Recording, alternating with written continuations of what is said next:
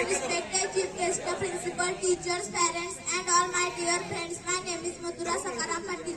First of all, I wish you a very happy Independence Day. I feel great pride to present this speech. Today is 5th August. Today is our 78th Independence Day. India got freedom on 5th August 1947. We hoist our national flag on this day. We sing our national anthem. We celebrate this day with joy.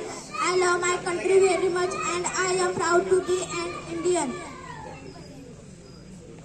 आओ बच्चे तुम्हें दिखाओ झांसी हिंदुस्तान की, आओ बच्चे तुम्हें दिखाओ झांसी हिंदुस्तान की, इस मिट्टी से तिलक करो यह धरती है बलिदान की, इस मिट्टी से तिलक करो यह धरती है बलिदान की.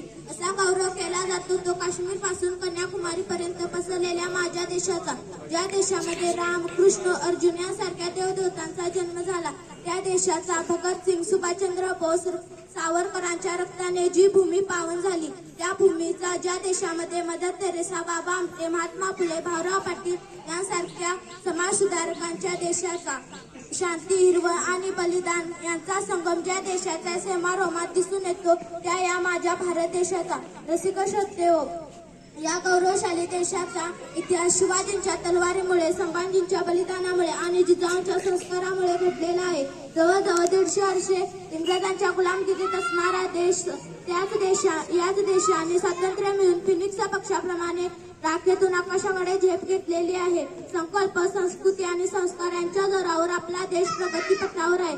साने गुरुजींचा बलसागर भारत हो, विश्वात शोभुनी राहो, ते स्वप्न पूर्णत्वाच्या उंबरठ्यावर आहे. भारताने अनेक क्षेत्रे पादाक्रांत केले आहेत. त्यात उद्योग, कला, क्रीडा, शिक्षण, अनुसंशोधन आणि अंतराळातही आपले नाव कोरलं आहे. तेव्हा मला म्हणायचे वाटते, काळाच्या जपड्यात घालून यात मोजती जाते आमची, काळाच्या जपड्यात घालून यात मोजती जाते आमची, पहाचा कुणी पाने आमच्या इतिहासाची, पहाचा कुणी पाने आमच्या इतिहासाची. रसिक श्रोते, नाण्याला 2 बाजू असतात. एकीकडे आपण महासत्तेचे स्वप्न पाहत आहोत, पण मात्र दुसरीकडे बेकारी, बेरोजगारी, गुन्हेगारी यांसारख्या वृत्तीमध्ये वाढ होत आहे. स्वाईन फ्लू, दहशतवाद, घुसखोरी, जातीय जंगली भ्रष्टाचार, वाढत चाललेला महागाईचा आलेख अशा समस्याने टांगती तलवार सर्वसामान्यांच्या डोक्यावर आहे. मग या स्वातंत्र्याचा उपयोग तरी काय, असा मला प्रश्न पडतो.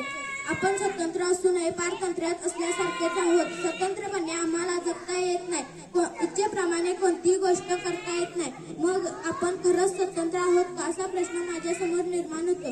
व्यसनाधीन बनवले जाणारे युवक उद्याचा भारत घडवू शकतील का? स्वातंत्र्याचा गैरवापर करून वाईट संस्कृती आणणारी माणसे जेव्हा मी पाहते, चंगळवादाच्या विळख्यातील मध्यमवर्ग जेव्हा मी पाहते, तेव्हा मला प्रश्न पडतो, खरंच भारत माझा देश आहे का?